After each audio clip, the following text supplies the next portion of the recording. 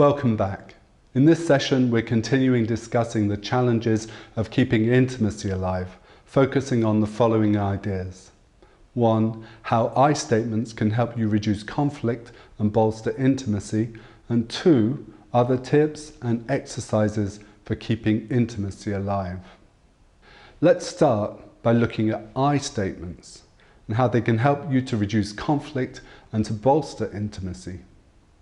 This is a technique used by couple counsellors and psychotherapists and involves partners being asked to state ownership for their feelings in the form of I, rather than implying that they are caused by another person in you.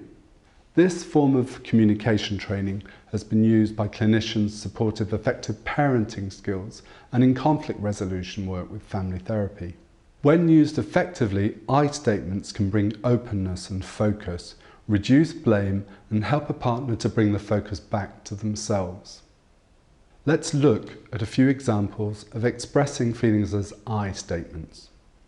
You're wearing me out and this needs to stop becomes I'm feeling worn out and flat. I need to find some energy.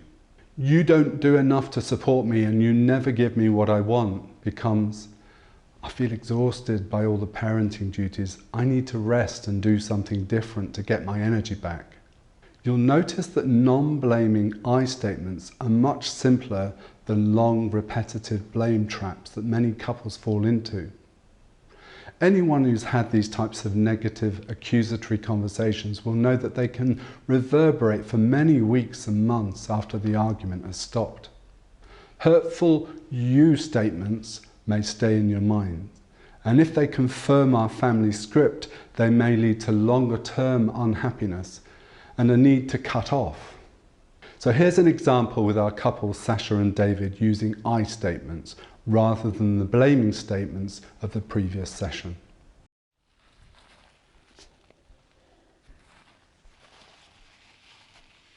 Oh, don't.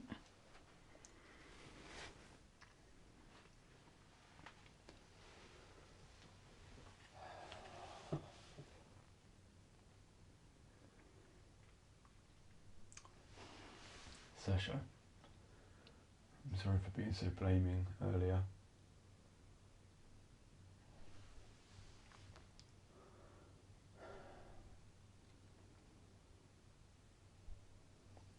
I've just been I've been feeling a bit cut off from everything, not just at home but at work too.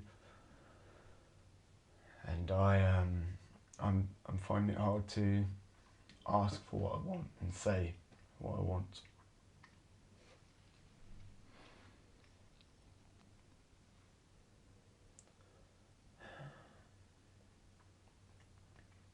And I realise that I'm blaming you for things. I'm aware of that.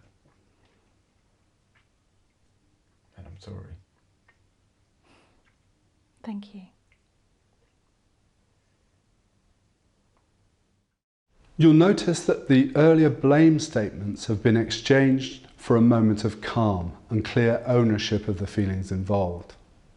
Also, by slowing down in this way, the couple were able to separate out their feelings and then identify and ask for their needs to be met. Let's now consider other tips and an exercise for keeping intimacy alive. In your free time together, once the children are asleep, you may have started habitual patterns of behaviour that help to wind you down from some of the responsibilities and the duties of joint parenting. Maybe watching a box set, solo running, or attending an evening class. This time alone, pursuing our individual interests is an important part of intimate attraction in relationships.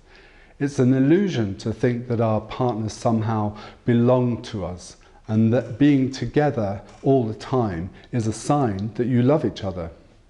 Some couples only realise this otherness once one of them has had or is considering having an affair.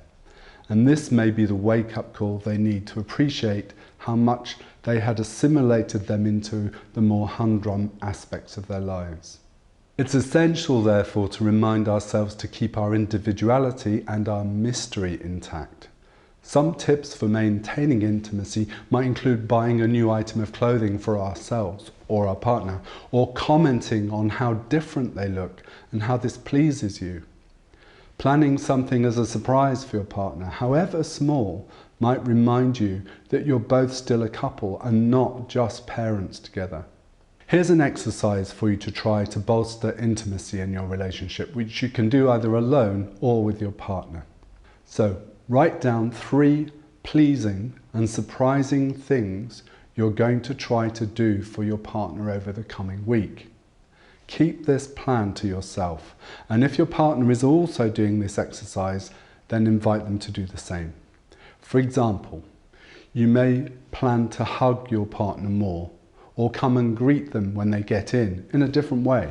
Perhaps it will be something more like offering to make them a cup of tea regularly, or putting 10 minutes aside in the evening to say hello to each other.